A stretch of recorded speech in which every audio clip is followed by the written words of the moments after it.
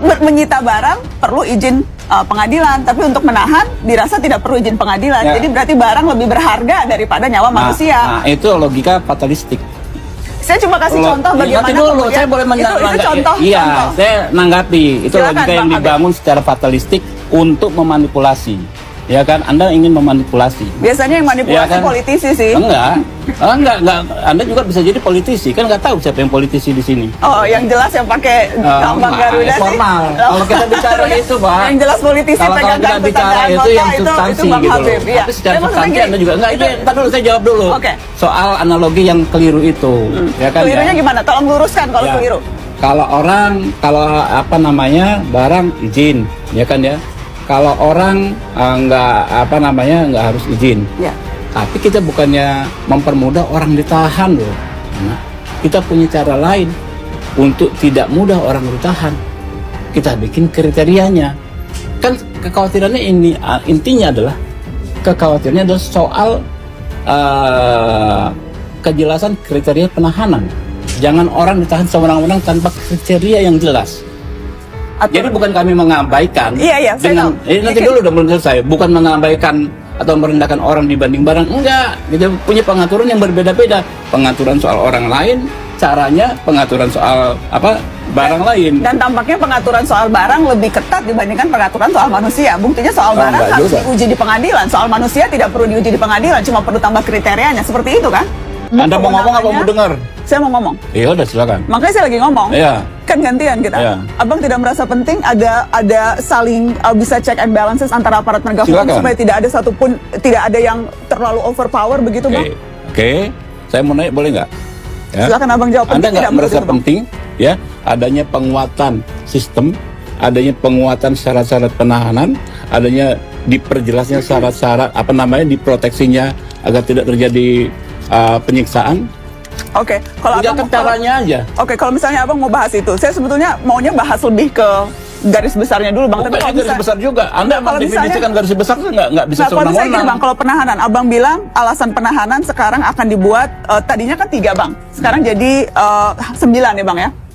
Ada salah satunya misalnya begini di pasal 93, Bang. Kalau misalnya Abang mau masuk detail, itu memberikan informasi tidak sesuai fakta pada saat pemeriksaan.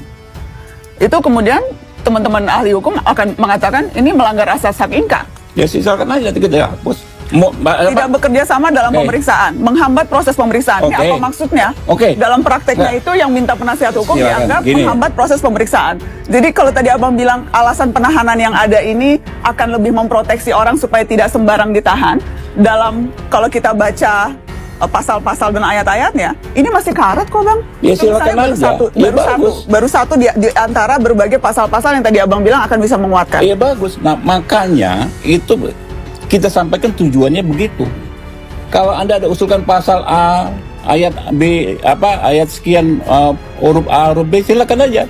Nanti kita drop. Untuk penyitaan aja tuh perlu izin pengadilan kan? Jangan dibandingin untuk menahan izin pengadilan jangan itulah. Logika sederhananya gini, barang yang mau disita harus izin pengadilan, dapat izin hakim baru barang disita. Itu barang. Sementara orang ditahan perlu izin itu contoh konkret. Kan gini, Bang, ini kan kita berusaha untuk supaya publik tidak mau terlibat dalam diskusi tercerahkan. Jadi kan harus dikasih contohnya, itu tuh yang bisa mudah dimengerti gitu, Bang. Iya, itu misalnya contohnya tuh. Untuk menyita barang perlu izin pengadilan, tapi untuk menahan dirasa tidak perlu izin pengadilan. Jadi berarti barang lebih berharga daripada nyawa manusia. Debat panas Najwa Shihab dan Ketua Komisi 3 DPR Habibur Rahman soal RUU KUHP. Disebut Najwa sikap anggota DPR cuma basa-basi. Saat ini RUU KUHP sedang bergulir dibahas di DPR.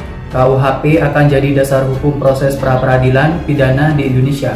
Saat kita ditangkap, ditahan, dipenjara, diinterogasi, atau justru jika kita melapor tapi tidak diproses, semua diatur di RUU KUHP. Jika tak dikawal kamu, kita semua bisa kena. Menurut jurnalis Najwa Shihab, KUHP seperangkat aturan yang menyangkut setiap sendi kehidupan kita. Jadi mari kita kawal ketat.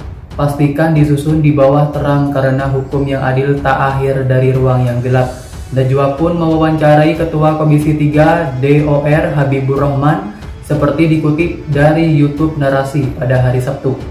Tak ingin berpolemik panjang, Habibur Rahman malah balik bertanya kepada Najwa Shihab soal RUU yang belakangan menjadi isu panas. Najwa pun lugas menjawab pertanyaan Ketua Komisi 3 DPR RI itu basa-basi. Najwa pun langsung sedikit sewot saat merasa tak menghina karena pasti anggota DPR sensi banget katanya.